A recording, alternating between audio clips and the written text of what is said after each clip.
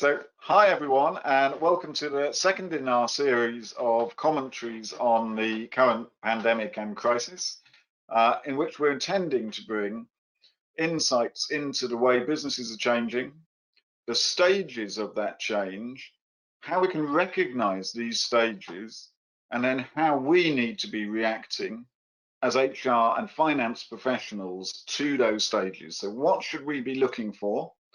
And how should we be reacting and working as the crisis continues?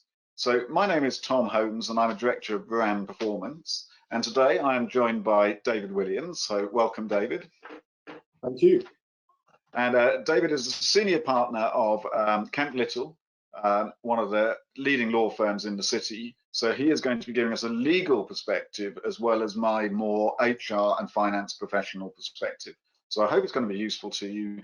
And I'd like to thank you all for attending and actually first acknowledging the diversity of our attendees and the different groups which we've got attending today. So I'd like to, without using names, obviously introduce the different groups we've got today. So we've got members of the business leadership of a number of organisations and directors who are currently trying to set a course through the challenges that we are now facing and translate that into the business imperatives into action. So we've got a group of people who fit that category.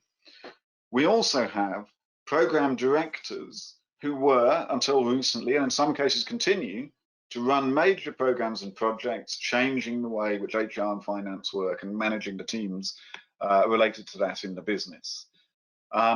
We also have team members from those projects and programs, and welcome to those who are managing and keeping their functions going at the moment. And finally, we have a number of operations team members from both HR and finance who are joining us today. And, and so effectively, we've got an enormous range of different people coming today. And what we're going to try and do is draw lessons from and tips from the people in all of those groups and bring insights from one level to the next, so that hopefully that will allow us all and each of us to understand the pressures and pinch points in those different roles in the business, so we can understand better how to cope with and understanding their pressures, so that we can then respond better in these really complicated, challenging and fast changing times. So welcome everybody, and thank you for giving your time today.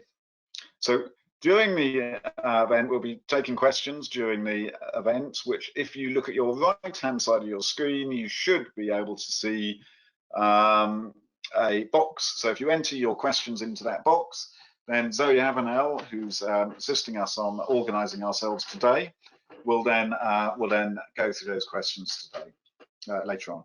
So today we are planning to go through three main areas. Firstly, try and anatomize the crisis as it currently sits, to identify the stages that every business will be going through, together with a definition and characteristic of those stages as we move through the crisis. Then we'll be focusing on practical examples of businesses in the midst of this, and in this case we'll be looking at it from a legal perspective, where David's going to talk about the real conversations he and his clients are having at the moment and what he's observing in the market. So some real practical examples, in this case from a legal perspective, and then draw lessons. Finally, we're going to draw lessons from those experiences to better equip ourselves to understand those stages that our businesses are passing through, what we should expect, and the best ways we can act and support these. So I want to start with a little bit about what we are actually covering in terms of the focus of the event and what we're not covering. And what we are focusing on is this from a business psychology point of view, and not from a personal psychology or a coaching perspective. So neither David or I are experts on the individual experience which our team members, etc., are going through, and we're not going to be focusing on that, but we're instead going to be trying to bring clarity on what are the business stages which organizations are going through and how those impact us. So we may talk about those in future webinars where we look at that angle separately, but at the moment, we're really covering those business psychology stages of the crisis and how these are identified and how we can recognize them. So before we start, a few words about Varane Performance. As you probably all know, Varane Performance is a leading HR and finance transformation consultancy, and so we work with large numbers of organizations, both in government and in the private sector, and particularly financial services, supporting them in their changes, etc. So to start, all significant business disruptions go through a series of recognized stages, and these stages are clear. The current pandemic is, in this sense, no different from any other crisis, but it is different in two particular manners, two reasons. Firstly, this pandemic is global and affecting all countries and all businesses around the whole world. There's no business which is not impacted in this particular thing, and that makes it an unusual crisis. Secondly, the second element of it is that it's of undefined length, and no one knows how things will settle down and when that settling down is likely to occur. So the new reality, which we're going to go into, is still unclear for nearly every business. So make no mistake, this is both the largest health crisis any of us have seen in our lifetimes and the largest business crisis. And so understanding its anatomy and the anatomy of how these crises work is more important than ever. So I want to start with what I consider to be the three stages which every single crisis goes through, of which this is no exception. And they are, firstly, a prolonged stage, in this case, which I'm calling the chaos stage. Now, during this period, things are uncertain, priorities change on a regular basis, and there's complications which mean that nobody really has a clear view as to what the future is. So that's the first stage, the chaos stage. The second is one which we are all seeking to get to, which is a replanning stage, which is where the new priorities for the business become clearer, and we all get an opportunity to actually set the agenda and start replanning for the third stage, which is the new reality stage. In previous crises, there's been a lot of talk about going back to BAU, and that is something which we get to in the end. And for some businesses, even in this crisis, that will be the case. But for most, they will need to be planning for a new reality stage, which is very different from the way which they worked previously. So during these stages, there are also going to be, and there have been already, many false dawns and false moments of clarity that are going to trick us into feeling that the course is clear, only later to disappoint us. So I'd like to start by really talking about the first stage, which is the chaos stage. So this is where this stage is characterized by a series of decisions taken by businesses which may or may not prove to be correct. So these are short-term, immediate, emergency decisions which have been taken now, which may or may not prove to be the real direction of the firm later. Secondly, logistical corrections that take a lot of activity to sort out. So this is, for example, where businesses are needing to set up their teams remotely, get them all a kit, etc. Many businesses are not used to remote working, etc. And so for them, this is a very significant set of activity during the chaos stage of this crisis. And then short-term changes to try and stabilize things and just keep things going. So if I give you a couple of examples of this, or an example of this of an organization I was talking to a couple of days ago, which is an asset manager, they're in a position where currently they are saying that their programs are going to continue. People are going to be working from home and have been told to work as usual with a focus on particular activities. So the issue, their main issue at the moment is that the complex activity is getting the people from the middle office working at home in a way in which they never have before. So the trading end, the marketing end, etc., are quite used to remote working, but their major business effort is to actually get their middle office and settlement side all working in an off-site manner, and that is kind of quite a big exercise for them to do. Meanwhile, currently, they're leaving all their programs to continue as expected, and kind of setting this short-term direction, which is everything continues as usual program-wise, so that then they can at the same time sort out these logistical problems. And I guess the lesson from this is that I think it's very unlikely that that will be the direction in a couple of weeks' time. It's also very unlikely that they're able to predict what that direction will be in a couple of weeks' time, because at the moment they're solving short-term issues and setting short-term priorities which are likely to change. So I think this is characteristic, and I'm going to bring David in a second to talk a bit about this stage and his experiences of clients, etc., and what they are saying in this stage. But I think this is really characteristic of where we are now in this chaos stage, and this is the place where we all are at. So, David, have you got any thoughts to add to that? Sure.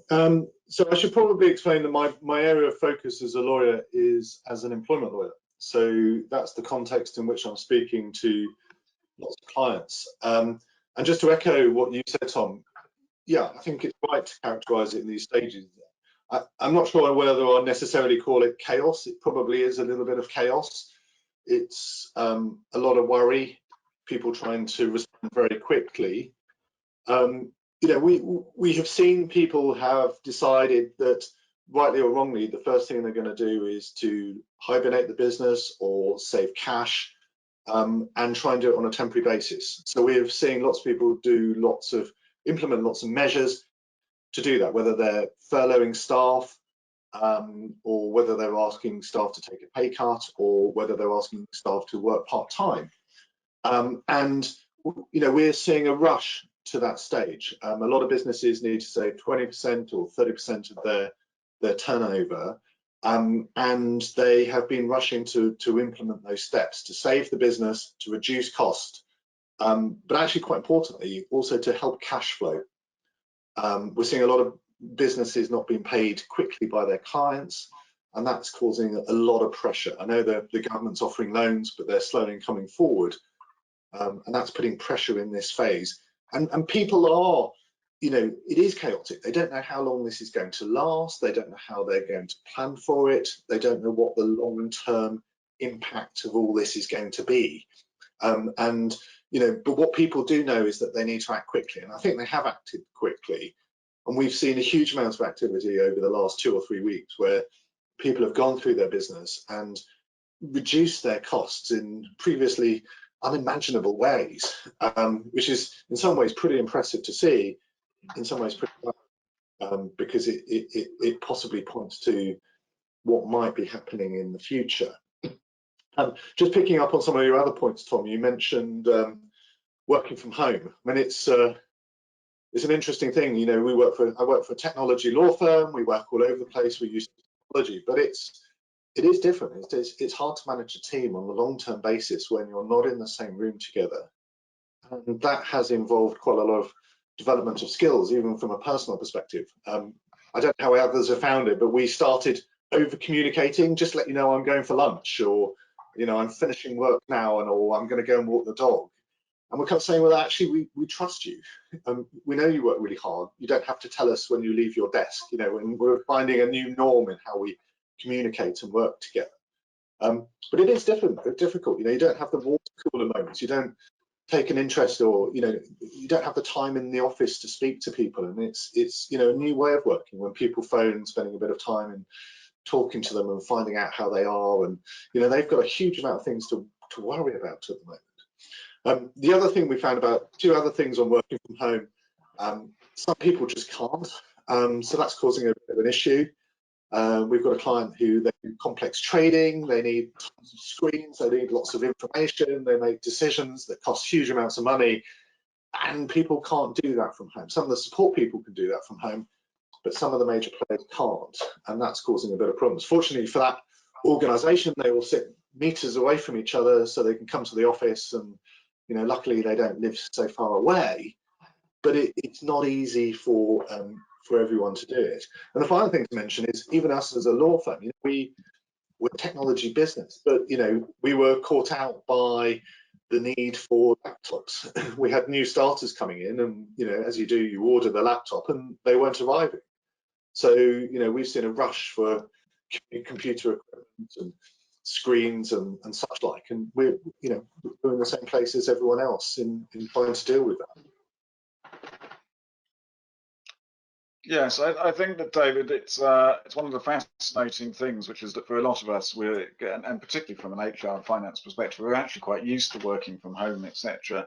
But nearly all of our clients are not, and actually moving certain functions away from home is an enormous exercise, both logistical and physical. In trying to order my new webcam, I discovered that they can't be had for hide nor money, if that's all right. At the moment. Good. And are you finding that your clients are coping well with this situation? Yeah, I think a lot of the clients have been through previous recessions. They know that they need to act in a responsible way. They need to act quickly.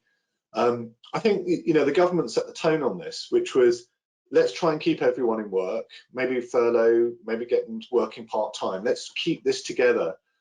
And there's a sort of promise that the good times are going to come. And a lot of people are sort of planning and immediately reacted on that basis.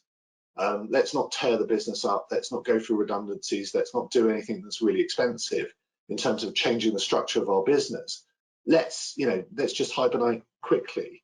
And I think it comes back to your stages. I'm not convinced people have actually really started thinking about the middle stage. Actually, when this is unwound, what's going to happen? Where are we going to be? How are we going to take advantage of this situation? And I think that's really important that people start moving from this immediate, which I think will take us to Easter. And after Easter, I think they really do need to start thinking, what's going to happen? At some point, the government is going to say, I can't afford this furloughing scheme for hundreds of thousands of people. I mean, the money must be enormous. So they are going to be saying we have to unwind it at some point in time. And I think that's going to cause a bit of panic in businesses, because they're going to be thinking, well, do we need all these people back? What are we going to do with them? How are we going to structure? How are we going to take advantage of the market? Is the market going to still be there? Yes. So coming on to that, I've kind of grouped the characteristics of this chaos stage into a number of different categories. One is, how does it feel in this stage of a crisis? And I think this is very important that we recognize that during this stage, there are sets of directions which are set, which aren't necessarily the final direction. So there's a false sense of direction. Now, there's nothing wrong with businesses doing that. Everyone needs to do that. They need to say, we are preparing to pick up things in 3 months' time and return to normal, whatever it is. Now, we need to understand that that's going to change quickly, and that they're going to have different thoughts, etc., and be sympathetic to that. From our leadership perspective, organizations are setting set of directions because they need to. There are certain things which need to be done quickly, and setting that view, which is not to worry. For example, in government, I think it's a very good example where they're saying, do not worry about the long-term financial impacts about this. Worry about keeping employment going. Worry about trying to prepare yourself for the future upturn and uptick, etc. And that's what they're suggesting. Now, this may not be the long-term direction, but it's very important that we recognize that nobody knows actually what is going to happen, and all of it's subject to change. So we're going to see in this chaos stage rapid changes of priorities, different views as to how things need to be going, and we need to be, as managers, as people working within these functions, sympathetic to the truth of that it's better to set a direction than it is to allow things to aimlessly kind of return to a new norm. So I think the second point you make, David, I think is really important, is how long is this stage likely to last? And what we've seen in previous crises is that this is very different for different businesses. So some organizations are already starting to think, have set themselves up in the new isolation period. They're working on that, and they're already have some clear view as to what their replanning section needs to be. whereas other organizations, it's going to take very many months before they get to that point.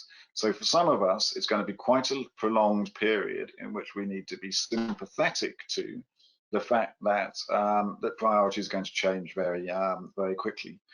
So how should we behave during the chaos period? And I think that it's really important that we all recognize that priorities are going to change and we don't expect anything to be more than the priority of this week, etc. I'm sure we've all in our personal lives recognized the fact that it's very hard to differentiate today from tomorrow and yesterday, etc. So, you know, what did that happen a week ago, or was that yesterday? I mean, is that happening to, you know, it's a very strange timeline which is going on. So don't expect this not to continue for a while. And recognize that this could actually be quite a long period. This period of uncertainty, this period of chaos without clear direction from our businesses is likely to be quite a long time.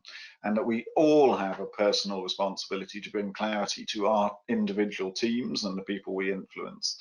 So I think spreading this idea that these short-term priorities are the priorities for the moment and that they're going to change.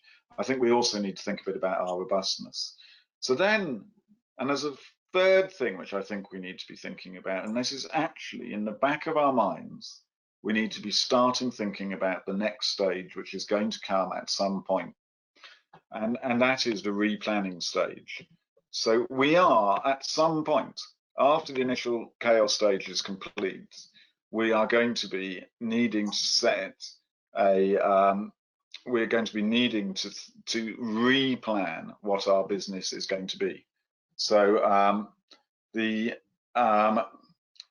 so all of our businesses are going to come to a point where they're going to say, right, we're drawing an end to the chaos stage, and now we're going to have to replan. These are going to be characterized by being asked to think from scratch over our original plans.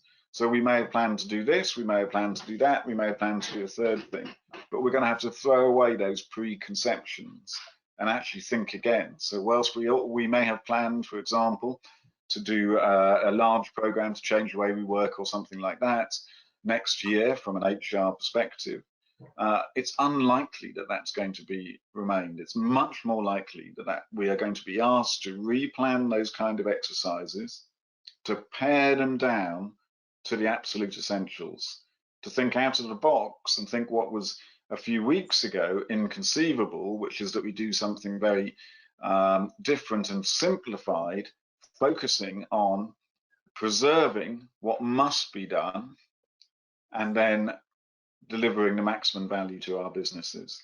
So for example, on large IT programs, etc., there's quite a few programs which are currently in train and are being continued or being postponed.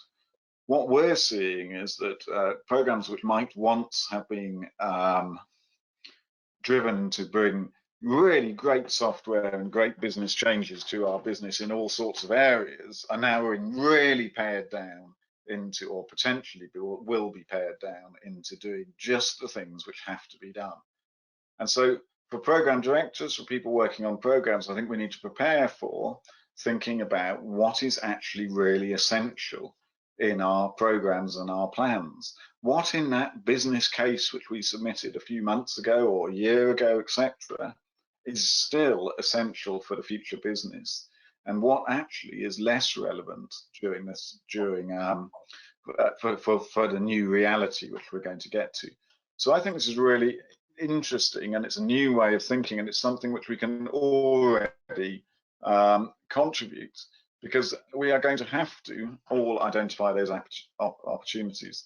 So this is a stage in which companies like our own can be useful. So our phase 0, for example, and the kind of work which David does, has been formulated over many years to help businesses start from scratch, identify the opportunities in front of them, look at technology anew and agnostically, and identify the quickest and best way to get to their real needs. And I think that we should all be, during the chaos stage, starting to think in the back of our minds about what is likely to be asked of us in the next period.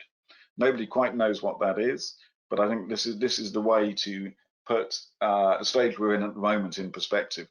And from our experience of previous recessions, previous chaos and crises, it's highly likely that going back to essentials and paring back programs, paring back activities is likely to occur.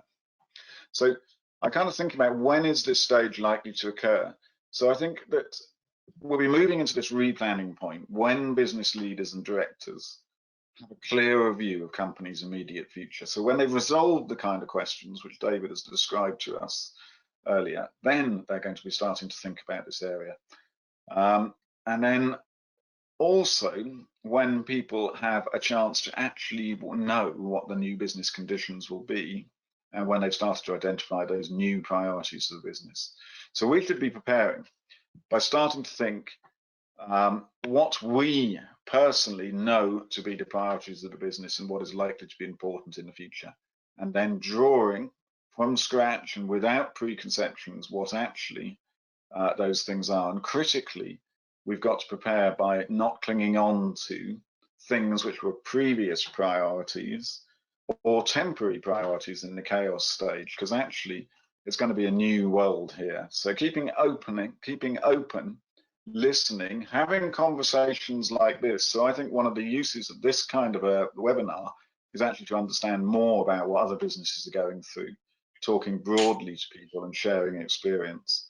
So finally, I'd like to then talk about the third stage. So we talked about the chaos stage, we talked about the replanning stage, and then I think what we will then be moving on to the third stage, which usually in a crisis we would call business as usual. But in this particular crisis, I think it's very unlikely that that is the case.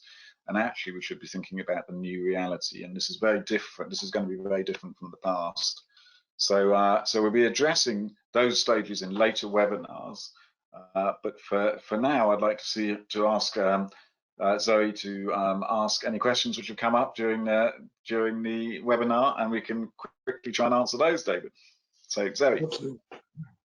The first question is, what does David think of Tom's final comments? In terms of moving through the stages? Yes. Yeah, I mean, I kind of broadly agree. I mean, it is chaotic, but I do think people are dealing with the chaos in a logical way. I'm worried that they're doing things that they're going to regret down the line. We're seeing some people try and cancel contracts and try and cancel projects, and I think it's going to damage them. There's lots of arguments over, frustration and force majeure and these sorts of things going on at the moment. And I wonder whether actually the reality is, when things get better, the parties need to work together. The supplier can't deliver the contract, and the client can't pay for it at the moment, but does need it down the line. So having this argument about trying to breach it and get out of it, I think is the wrong argument. I think they need to come together and say, actually, well, let's postpone it, or let's do something different. And I think actually, people are taking a little bit of a defensive, position to try and save costs. And I understand they're saving costs, and I understand they're in difficult circumstances, but it's, as Tom says, trying to keep an eye on the future. The other thing, in terms of moving into the replanning phase, I don't think many people have done it. I think there's going to be mass panic. When the government unwinds the furlough scheme, people will be saying, what happens to my staff, and am I prepared? And I think a lot of people won't be prepared, and I think they need to plan for that. But one of the experiences I picked up from the last recessions are, however difficult it is for your business, have a think about your competitors. They might have bigger debts, or they might be in areas that are completely decimated. When I look back, I wish I was braver in previous recessions, and I took advantage of it, and we moved forward, and we worried about what was happening in our business. But we, the experience, what I was taught is, have a think about what's happening in your competitors. They're often in a worse situation than you are. They possibly can't move as quickly as you can. There's possibly things you can do to get an edge. So the replanning stage is vital, because if you come out of difficult times faster and better than everyone else, you're going to be a better business going forward, and you're going to safeguard your employees and your shareholders, and that's why it's absolutely vital. And I think we're on that transition point but this is going to determine the future of businesses. And I'm very much echoing what Tom said there. Wow, so you're describing, David, something which I find absolutely fascinating, which is the danger of overreacting during this period almost. Yeah, yeah. I'm seeing people do things which I think in the long term might damage their business. Yeah, yeah. And contracts that are central to their business, they're playing with, and I know it's desperate times, but the reality is they haven't really thought about the counterparty and that they're in problems as well, and they can't deliver, and there's all sorts of issues going on. And I think there is a solution to be found that's more constructive. And I'm worried that people are causing, chaos stage is causing damage that businesses won't recover, or their competitors will have an edge because they picked up the phone and they did a deal. And they said, look, it's difficult for you. What can we do together to resolve this? And it comes back to, everything comes back to communication, doesn't it? And there's often a way out if you are brave enough to pick up the phone and challenge what's going on and try and reach agreement. Fascinating. So kind of like a bunker mentality is the danger, that we all end up in our bunkers and then someone else appears and walks all over the territory above. That's fascinating. Sorry, Zoe, I've now turned this into a conversation, which perhaps I shouldn't have done. So any more questions? I'm sure our audience are enjoying that. Yeah, so a couple more that I've picked out. So the first one is, too much change in direction. Is there not a risk that some employees will stop reacting to the calls to action as they wait for the final plan? Yes, I mean, it does. That question does, to some extent, kind of go into the personal psychology, but there is definitely a fatigue question here, which is that the organisations who have made a set of decisions now kind of can be put into a position where they feel that that is the set of decisions to be made, and actually, the energy required to understand the situation today and solve the problems of today, and given the seismic nature of many of these kind of things people are solving this week, and then having to solve another set next week, and then guess what, everything being different. David's point about the end of furlough, which I don't think anyone's really thought about yet, it is fascinating. So if we thought it was hard as businesses to consider the options of furlough, to consider the options and other support which government are giving us and all that stuff, coming out of it, I suspect, I don't know if you think this is true, David, but coming out of it, I suspect is going to be as hard and as complicated as going into that support. Yeah, it's going to be very difficult. I mean, maybe things come back to normal, but I suspect damage has been done and some structural changes are going to. And employers are going to be thinking, crikey, there are hundreds of thousands of people who have been furloughed, all of a sudden coming back to work. What is the employer going to do with them? What is the plan? And, the faster they react and deal with that situation and come up with a plan, the better it is for their business. And actually that plan they should start articulating it now. I mean, realistically, the government could, the whole scheme could be coming to an end in, 4 to 6 weeks time. I mean, I suspect it will be longer than that. But that doesn't give people much time to come up with a plan B and work out what they're going to do. And the real worry I have is, as soon as the government unwinds, employers need to know, we're doing this. This is how we're going to organise. This is how we're going to structure. This is how we're going to consult. This is how we're going to deal with it. This is our timeline. And they need that planning. People can enjoy Easter, but when they come back, the couple of weeks after that, I think, are going to be really critical. They need to work out what they're doing, and it's not just employees. It's what are they going to do with their clients? What are they going to do with their business? How are they going to get, what are the priority areas, and how are we going to afford all of this? So there's lots of moving parts to that, but this is what businesses should be thinking about, and I think they've just got over. They're in stage 1 at the moment, which is fine. That's very interesting, David. So I think, and I'm going to start to draw things to a close now. I think you said it's a real challenge there, which is that we know where we are at the moment. The chaos stage is where it is.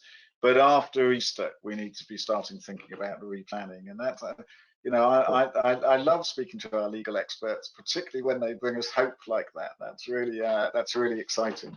So I hope that's the case, and I would like to thank everybody for attending today. I hope it was useful. I hope it's brought some clarity on how to anatomize this crisis and what those stages are.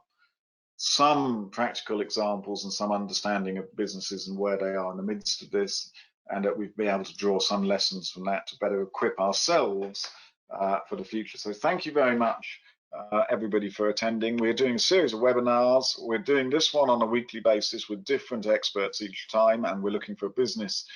We're bringing a personal psychology angle on it next week with invites from investors and people and other groups to talk about their experiences and what their clients are saying.